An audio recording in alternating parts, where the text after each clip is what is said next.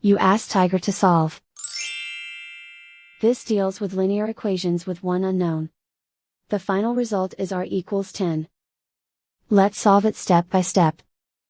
Simplify the expression. Break up the fraction. Find the greatest common factor of the numerator and denominator.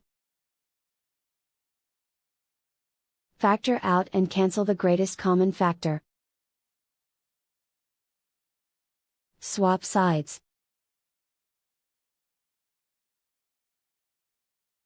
Group all constants on the right side of the equation. Add 2/3 to both sides. Combine the fractions. Combine the numerators.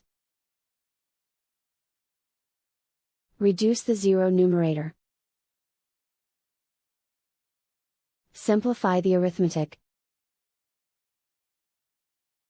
Convert the integer into a fraction.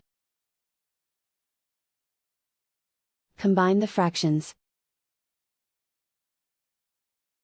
Combine the numerators. Isolate the r. Multiply both sides by 6. Group like terms. Multiply the coefficients. Simplify the fraction. Multiply the fractions. Simplify the arithmetic. And so the final result is r equals 10.